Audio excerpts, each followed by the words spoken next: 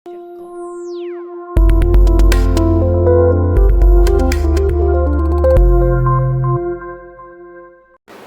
ട്രൂവിഷൻ പ്രാദേശിക ന്യൂസിലേക്ക് സ്വാഗതം. ആദ്യം പ്രധാന വാർത്തകൾ.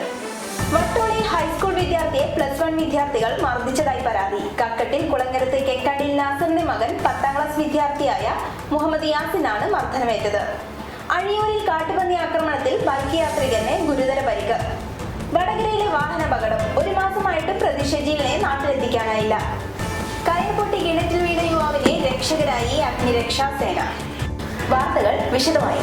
വട്ടോളിൽ ഹൈസ്കൂൾ വിദ്യാർത്ഥിയെ +1 വിദ്യാർത്ഥികൾ മർദ്ദിച്ചു. തിങ്കളാഴ്ചയായിരുന്നു സംഭവം.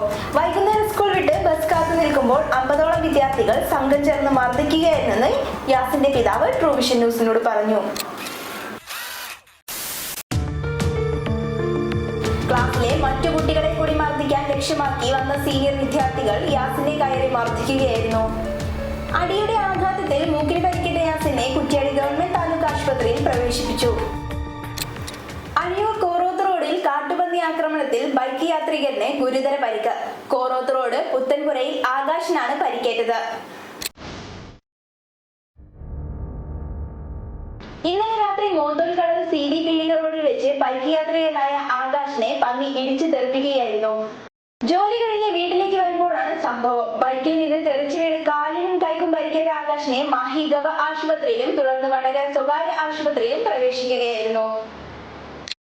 കാറിടിച്ച് സ്ത്രീ മരിക്കുകയും പേരമകൾക്ക് ഗുരുതരമായി പരിക്കേൽക്കുകയും ചെയ്ത സംഭവത്തിൽ കാർ കണ്ടെത്തി 1 മാസമായിട്ടും കാർ ഓടിച്ചയാളെ നാട്ടിലെത്തിക്കാനായില്ല.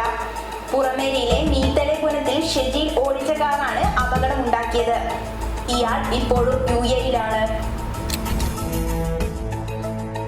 പെട്ടെന്ന് തന്നെ ഇയാളെ നാട്ടിൽ കൊണ്ടുവരാൻ നടപടി സ്വീകരിക്കുമെന്നാണ് കാർ കണ്ടെത്തിയ സമയത്ത് കോഴിക്കോട് റൂറൽ SP ഉൾപ്പെടെയുള്ളവർ വ്യക്തമാക്കിയത്. എന്നാൽ 1 മാസവും ഒരാഴ്ചയും പിന്നിട്ടിട്ടും എപ്പോൾ നാട്ടിലെത്തുമെന്ന് സംബന്ധിച്ച് വ്യക്തതയില്ല. ഇയാളുടെ മുൻകൂർ ജാമ്യാപേക്ഷ കോഴിക്കോട് പ്രിൻസിപ്പൽ സെഷൻസ് കോടതി തള്ളിയിരുന്നു.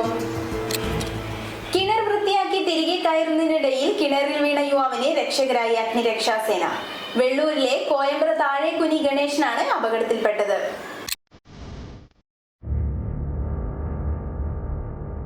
വെള്ളൂർ ദാമോദരൻ കോരിച്ചിക്കാട്ടിൽ എന്നയാളുടെ വീടിനോട് കിണർ വൃത്തിയാക്കുന്നതിനിടെയാണ് കയർ പൊട്ടി തൊഴിലാളി താഴെ വീണത്. അപകട വിവരം ലഭിച്ചതിനെ തുടർന്ന് നാദാപുരം സ്റ്റേഷൻ ഓഫീസർ വരുണസിന്റെ നേതൃത്വത്തിൽ സേന എത്തി ഗണേശനെ രക്ഷിക്കുകയായിരുന്നു. ഇതോടുകൂടി വാർത്തകൾ പൂർണ്ണമായി. എല്ലാവർക്കും നന്ദി, നമസ്കാരം.